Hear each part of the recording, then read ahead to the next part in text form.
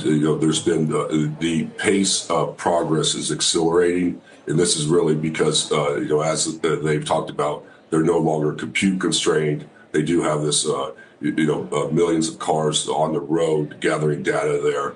Or the pieces of the software that people had to code. And so I think that's one thing that, we're trying to emphasize is that this is accelerating at a faster pace than it has, in the past. And there's so much skepticism because Musk has always been, 1 year out, 1 year out. But we do think that, they're getting closer to this. I've got to give a lot of credit here to Ben. Everything he just said is true and on point.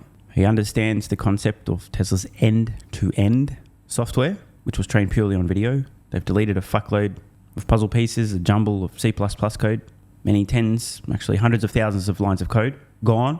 Major improvements, the huge fleet of vehicles, millions collecting data, no longer compute constrained. I mean, it sounds like he's got a bit of an understanding of what Tesla's actually doing with autonomy and possibly the distinction between this approach and that of companies like Waymo. Impressive. And Ben's been covering Tesla for many years, probably close to a decade now.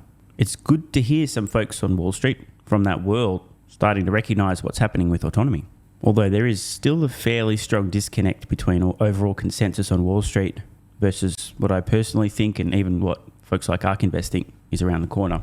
Just a reminder that ARK's 2029 Tesla fair valuation is $2,600 per share, a 10x over 5 years, based almost entirely on the deployment of Tesla robotaxis at scale. So the tide may be starting to turn, but certainly not all the way there yet.